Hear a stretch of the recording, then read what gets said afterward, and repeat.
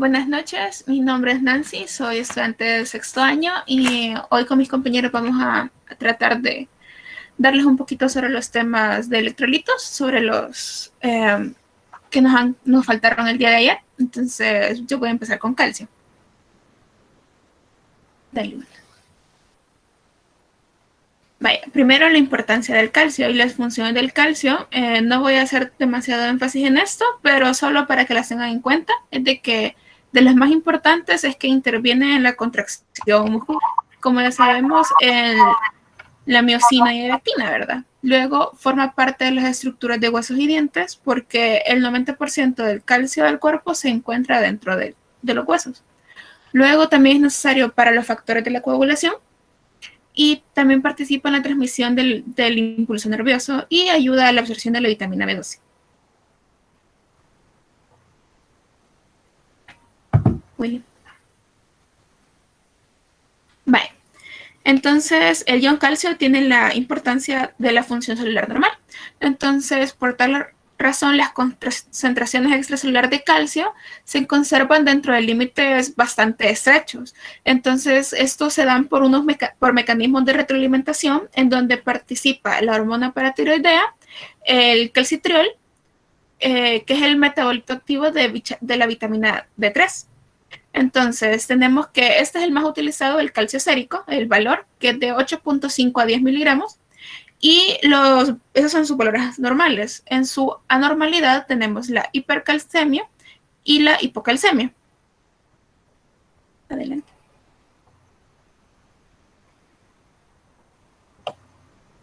Vale. Entonces, primero, para que vayamos entendiendo más que todo los síntomas y la forma del tratamiento, tenemos que saber cómo es que funciona el mecanismo fisiológico del calcio en nuestro cuerpo. Para eso tenemos que partir de que el calcio sérico, es decir, el calcio que se encuentra en nuestra sangre, es reconocido por sensoras que están en la hormona paratiroidea. La hormona paratiroidea, la glándula paratiroidea, perdón.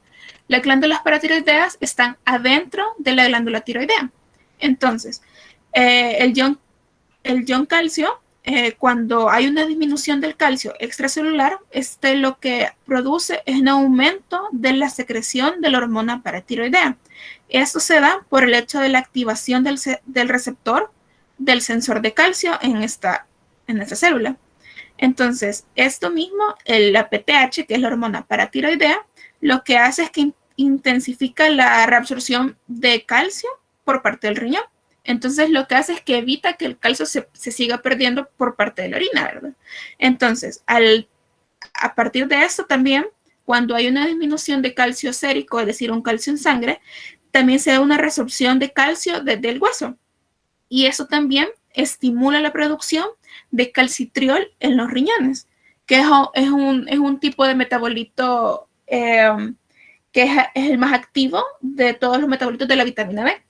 Es en poca cantidad, pero es el más activo de todos. Luego tenemos que la vitamina actúa en el intestino y en el intestino lo que hace es que aumenta la absorción de calcio y disminuye la absorción de fósforo. En conjunto, todos estos mecanismos hacen o normalizan el nivel de calcio en nuestro cuerpo, tanto el hueso, el riñón y el intestino y la glándula paratiroidea. Entonces, las hormonas involucradas en el metabolismo del calcio son la PTH, que es la hormona paratiroidea, tenemos la vitamina D, que es una hormona esteroidea porque viene del colesterol, y tenemos el calcitriol. Adelante. Vale, entonces empezamos con la hipercalcemia, que se define como una concentración de calcio sérico mayor de 10 miligramos con una albúmina sérica normal o una concentración de calcio ionizado. Vaya, la hipercalcemia clínicamente significa tanto un aumento en el líquido extracelular como una disminución del aclaramiento renal del calcio. Es decir, que el riñón no está expulsando correctamente el calcio. La mayoría, el más del 90% de los casos de hipercalcemia se deben a un hiperparatiroidismo primario o una neoplasia maligna siempre relacionada con la paratiroides. Vale. Entonces tenemos las causas. Voy a hacer una vista algo rápida, que es que todo es siempre enfocado a la producción excesiva de la hormona PTH o hormona paratiroides. Entonces, debido a que hay una alteración de la producción de la hormona paratiroidea, es que se aumenta los mecanismos que liberan calcio en el cuerpo y de que evitan su excreción. Tenemos el carcinomas, mutaciones, exceso de producciones, y también en estos mismos va el incremento primario de la resorción del hueso.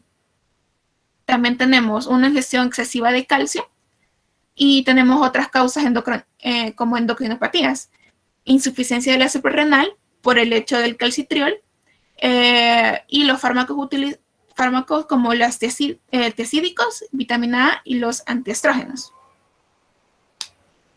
Bye. Para la hipercalcemia leve, para la hipercalcemia en general tenemos varias categorías: la leve, moderada y la grave. La leve es mayor de 10.5 miligramos por decilitro, la moderada es más de 12 a 14 miligramos por decilitro y la grave es más de 14 miligramos por decilitro. Por lo común, una hipercalcemia leve entre 11 y 11.5 no genera síntomas y se identifica solo cuando se hacen pruebas sanguíneas al azar, ¿verdad? Las manifestaciones clínicas suelen observarse cuando el calcio supera los 12 miligramos por decilitro, y esta tiende a ser más grave si la hipercalcemia se desarrolla rápidamente.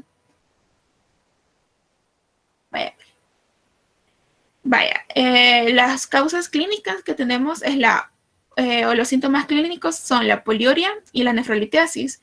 Eso nos pueden dar una insuficiencia renal con nefrocalcinosis y calcificaciones ectópicas en tejidos blandos. ¿Cuál es la razón de esto? La razón de esto es de que el calcio adentro del hueso se almacena de forma de cristales, si podría decirse, que es una combinación del calcio con el fosfato. Entonces, estos cristales normalmente están en el hueso y no salen a la superficie por el hecho de que hay una permeabilidad, ¿verdad? Pero cuando hay alteración de la concentración de calcio, este calcio sale del hueso. Entonces, estas pequeñas como cristales pueden llegar al riñón y se puede hacer insuficiencia renal por calcificaciones ectópicas en tejidos blandos. Tenemos en gastrointestinal, tenemos alteraciones como la anorexia, vómitos, el estreñimiento y en raras ocasiones la pancreatitis. El estreñimiento y los vómitos siempre es por una alteración electrolítica del sistema gastrointestinal. En el sistema nervioso tenemos una debilidad, una fatiga, una confusión, estupor y coma. Y en los huesos tenemos una osteopenia y tenemos fracturas frecuentes. ¿Por qué? Porque el calcio que está dentro del hueso, por los mecanismos que ya mencioné antes, lo que hace es salir del hueso. Entonces, al calcio abandonar el hueso, se vuelve más sensible. Entonces, hay más cantidad de fracturas. Y en las alteraciones cardíacas, que ya les voy a mencionar. En las alteraciones cardíacas lo que vamos a ver es un acortamiento de la intervalo QT, que es lo principal, que es lo más fácil que podemos ver. Vemos en el lado izquierdo de la diapositiva cómo se ve un electrocardiograma normal y vemos cómo se hace más corto el intervalo QT, y también este puede llegar a ser tan corto que puede hacerse una ola Osborne, pero ese ya es una hipercalcemia bastante grave.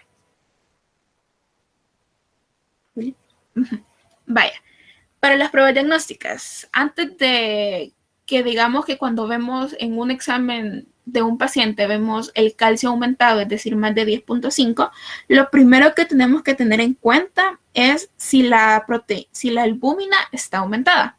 ¿Por qué?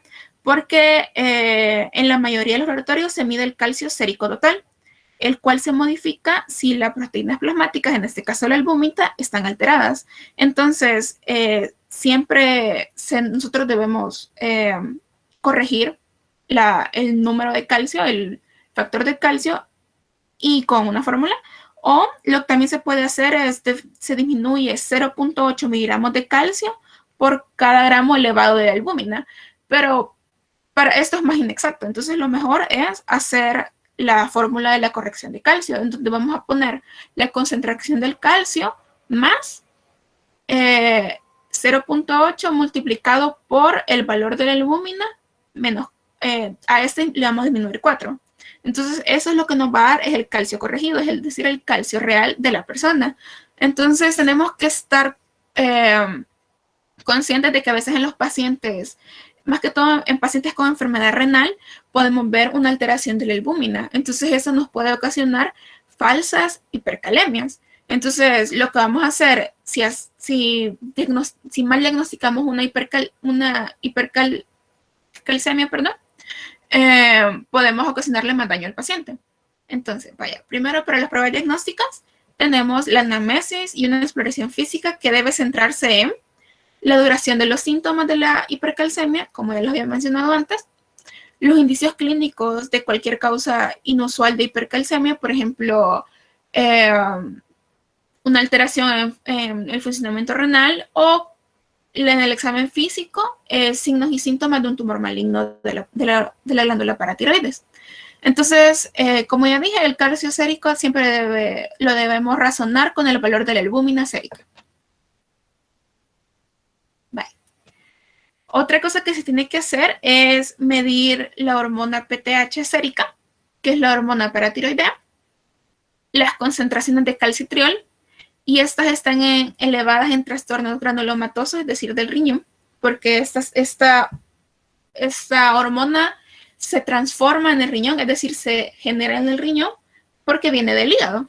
Viene en el hígado de forma de calcidial. Entonces en el riñón se convierte en calcitriol. Entonces cuando el riñón tiene una alteración, puede generar más calcitriol de lo normal.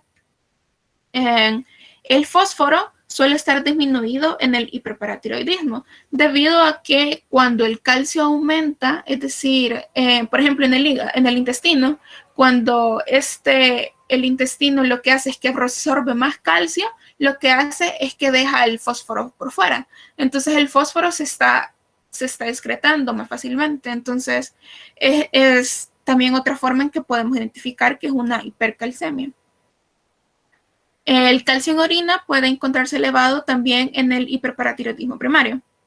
Tenemos otras pruebas que podemos realizar, es glucosa, urea, creatinina, sodio, potasio, calcio, las proteínas totales, un hemograma completo, radiografía de tórax y electrocardiograma. La radiografía de tórax es más que todo para ver el estado óseo. Y hallazgos adicionales, podemos hacer una gasometría y una calciuria de 24 horas.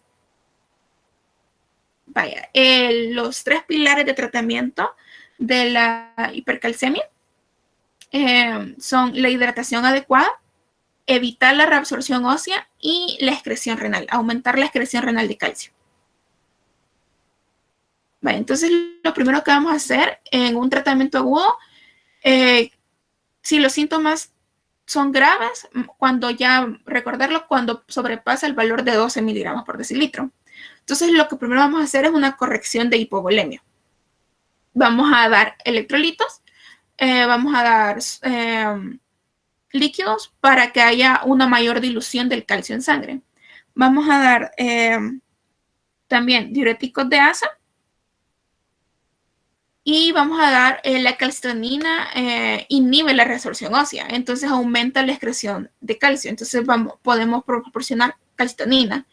Los glucocorticoides son eficaces en la hipercalcemia debido a las neoplasias hematológicas y a la producción de calcitriol.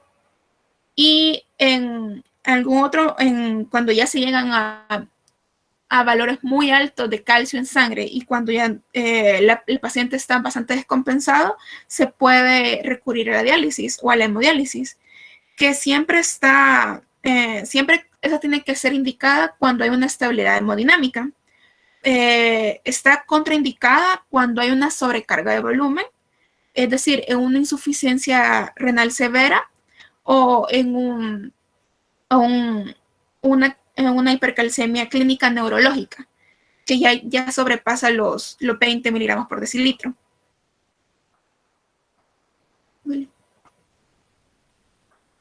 Vaya.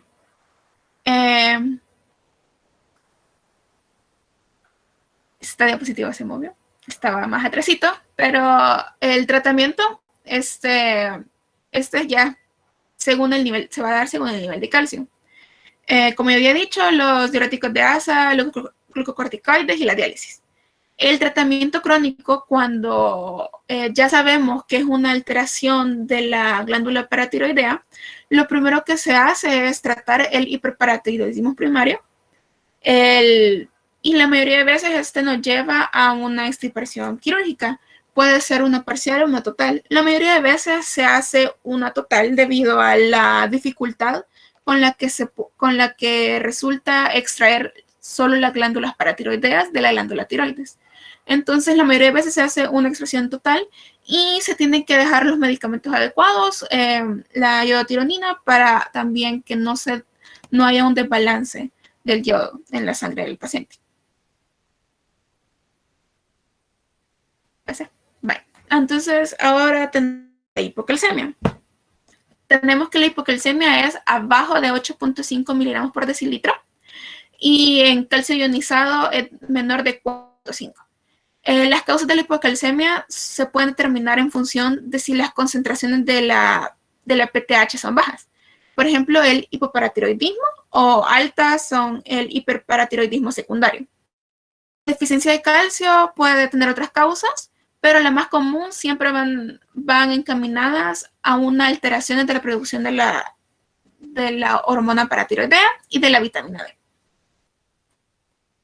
Vaya, entonces aquí les traigo en general las causas, que se dividen en dos: en concentraciones bajas de la hormona paratiroidea o en concentraciones altas de la hormona paratiroidea, dependiendo en el nivel en que esa se encuentre, ¿verdad? Como sabemos, el hipoparatiroidismo o el hiperparatiroidismo secundario, que esta ya es una deficiencia o una menor producción de la vitamina D.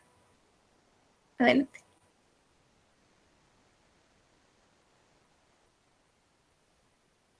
Vaya, entonces tenemos las manifestaciones clínicas.